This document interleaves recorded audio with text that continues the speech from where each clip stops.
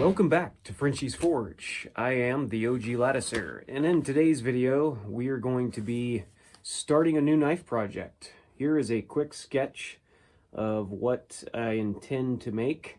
Now this kind of looks weird here, but what it is a TANTO inside of a scabbard, and I thought that that might make a pretty cool project to work on. I've made one TANTO in the past out of a file, which I gave to my brother, and that turned out really cool.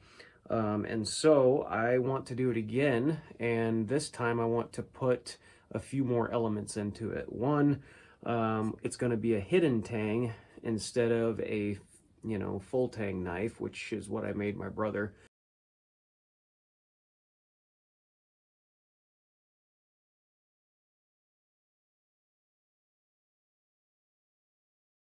And I'm kind of messing around with different ideas for some sort of a guard. I've got this large chunk of mild steel. I was thinking to incorporate that somehow. And then we're going to be using this piece of teak that I bought from a hardwood store that fortunately is just like a couple minutes down the road from where I live.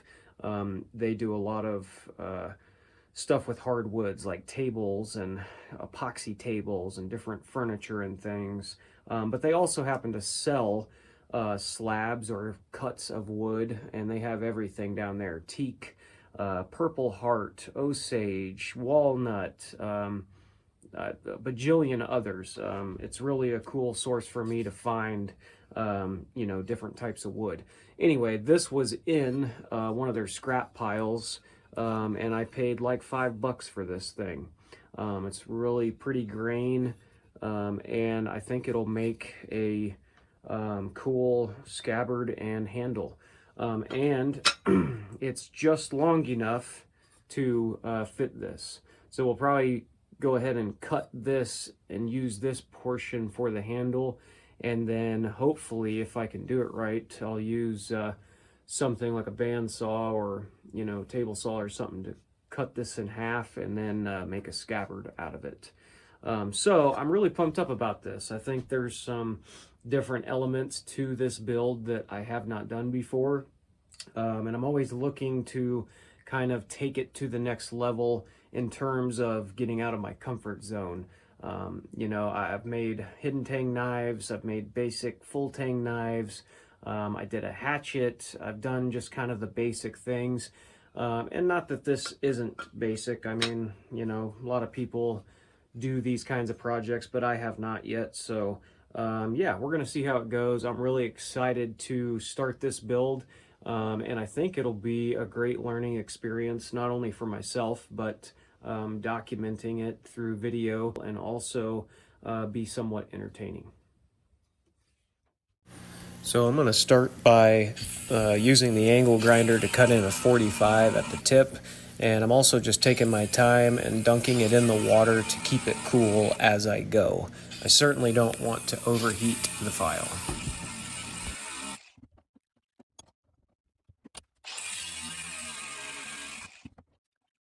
Anyway, so now what we're going to do is we're going to take this to the belt grinder, and we're going to smooth out our cutting edge here to get it like this, so that we can then mark a center line.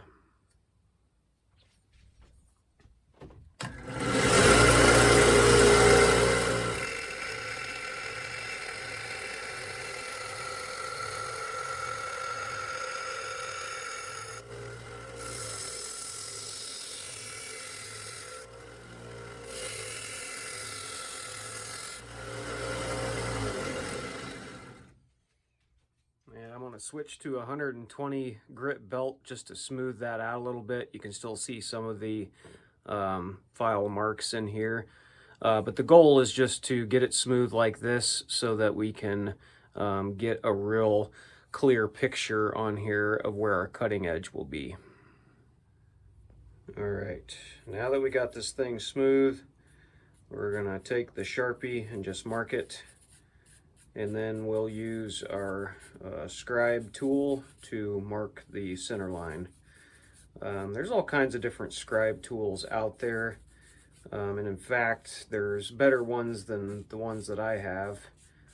People use drill bits sometimes. You just find one with that comes to a good point and get, you know, a similar thickness to your material, and that will give you your you know, kind of middle point that can then scribe, which I've done before, and it seems to work pretty good. And then there's other scribing tools, such as this one.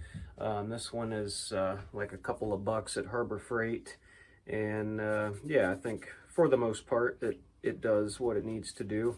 And there's also a set of calipers, but it's kind of difficult with the calipers on a file because you don't have really smooth edges. But we'll go ahead and mark this center line now, and we'll get her done. All right, so I'm out here working on this new TANTO build. It's going really good, but we have to take a break from today's sponsor. Today's sponsor, and the sponsor of the video, is Quinn's Sword Company. And it is a fantastic sword company. If you're interested in having some wooden swords made, then contact Quinn's Sword Company. Come on over and show your swords, son. All right, there's the camera. Let them see it. Yeah, those are some really cool wooden swords. Quinn helped design these swords, and we made them out of some cedar, and they are super cool. What do you like about those swords? Good. They're good? Mm-hmm. Okay. They're pretty fun to play with? Yeah. Yeah? What do you got over here? What's that thing? This? Yeah. A knife. Oh, it's your backup knife? Yeah. Let's see that thing. Pull it out. Let's check it out. Whoa, that's a pretty cool knife. I like that one. Phew. All right. I'm a little grandpa.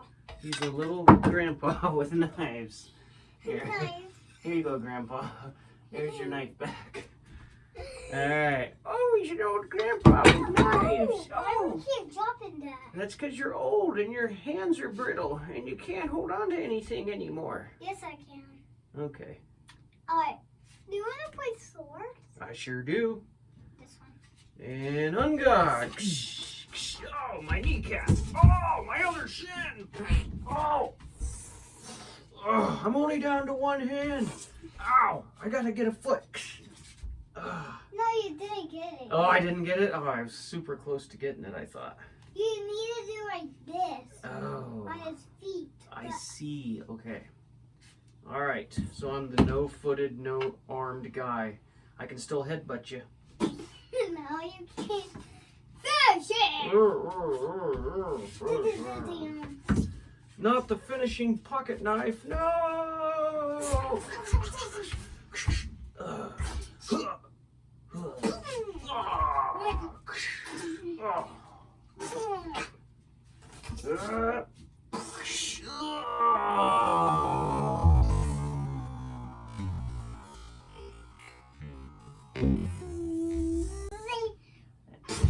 Winner! Quinn, the champion. All right, so we're just going to run this across our scribing tool. We're just doing our best to keep it flat.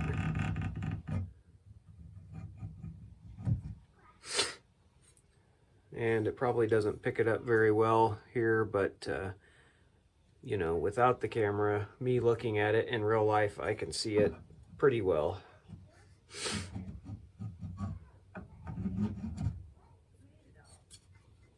We'll just run it back this other way once, and then we should have a good center scribe line.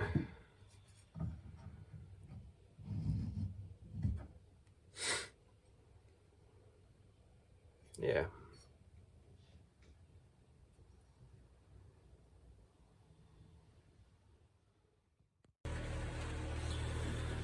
Okay, so now that we got our center line scribe down here, we're going to go ahead and put in the 45-degree bevel with an old belt on both sides, and then we'll try to move to a fresher belt to continue in the bevels.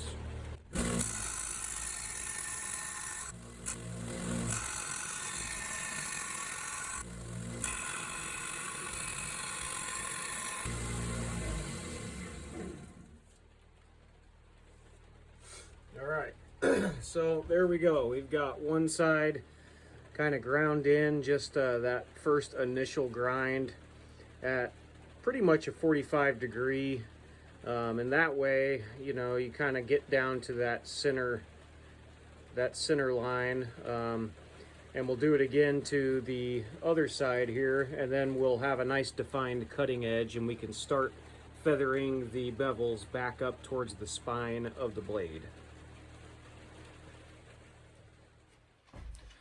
All right, so we have put in the 45-degree angle on both sides of this, and we're pretty much ready to start bringing these bevels on back.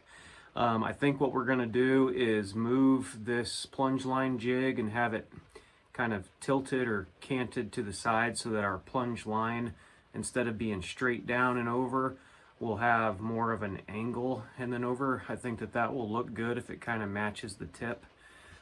So we're going to go ahead and change to a fresh belt and continue on with this.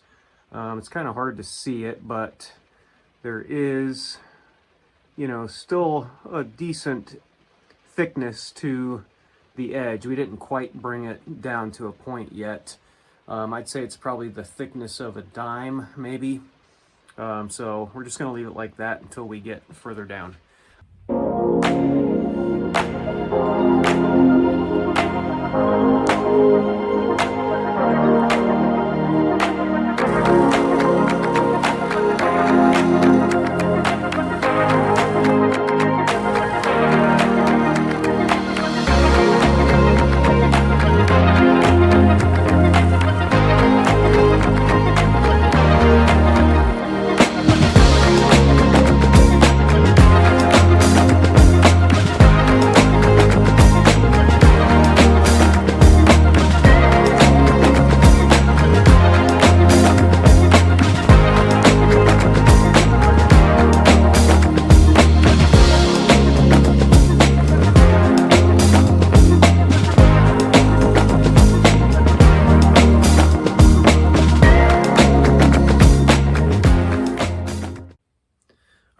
So we have made it to a stopping point, and we have gone from this 45-degree bevel on one side, and we have pretty much just concentrated all of our efforts on the other side.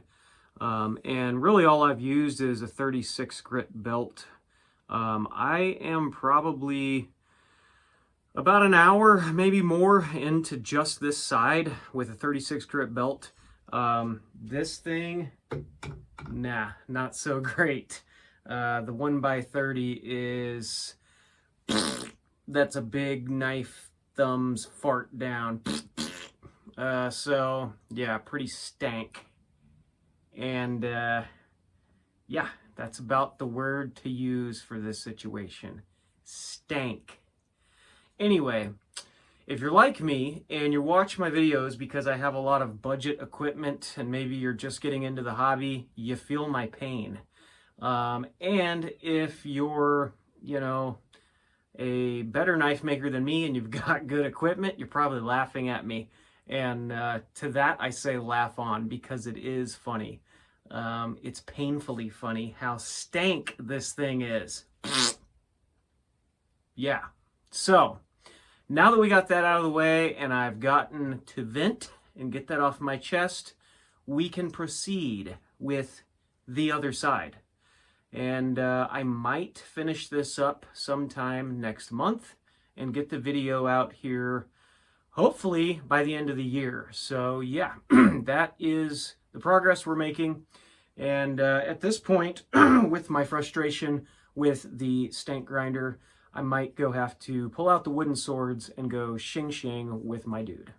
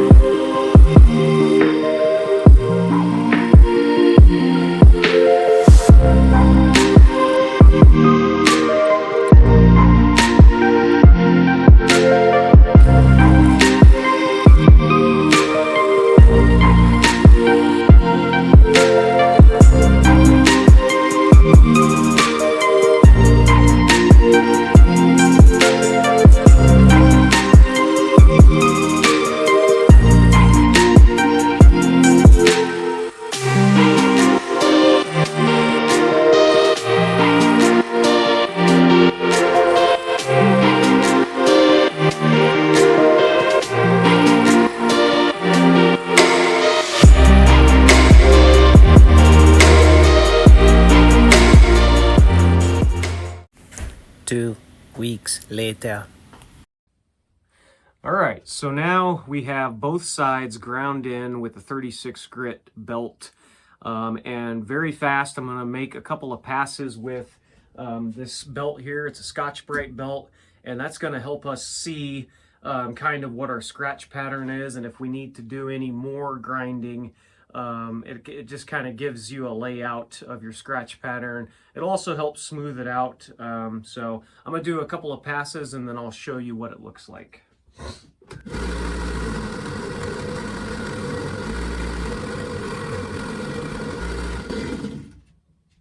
All right, so there's the side that we have not really done it to yet, and you can kind of see it's a little cloudy.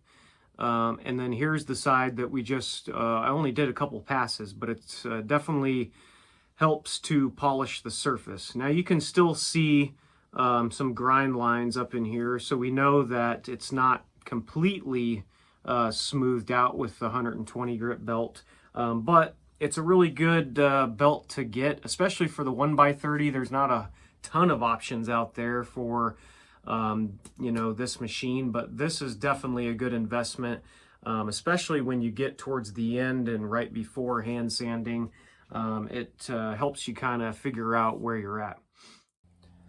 All right, so now we're pretty much ready to cut this piece of wood right down the middle here. Yeah, as you can see, I've taken the calipers and I have just scribed a line. It should hopefully line up relatively good down this line here.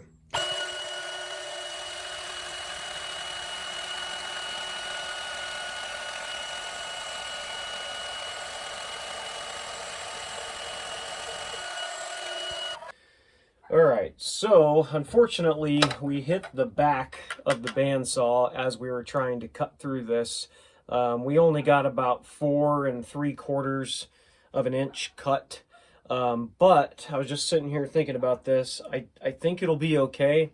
What I'm going to go ahead and do is just line this up pretty much the way it is, and I'm going to go ahead and mark on here where the handle is going to be, and we'll mark that with the pencil, and then we'll go ahead and make our cut here on this line and separate the handle from the scabbard. Now the full length of the scabbard is roughly 9.5 inches.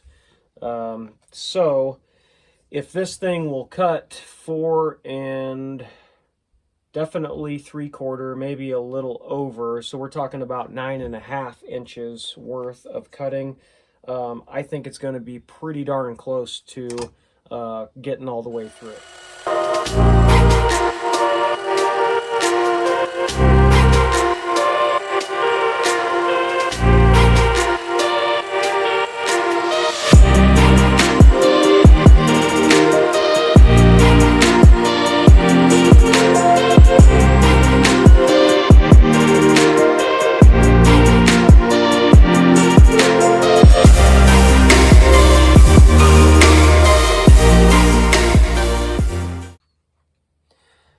So we finally got through this hardwood teak here with the broken bandsaw blade.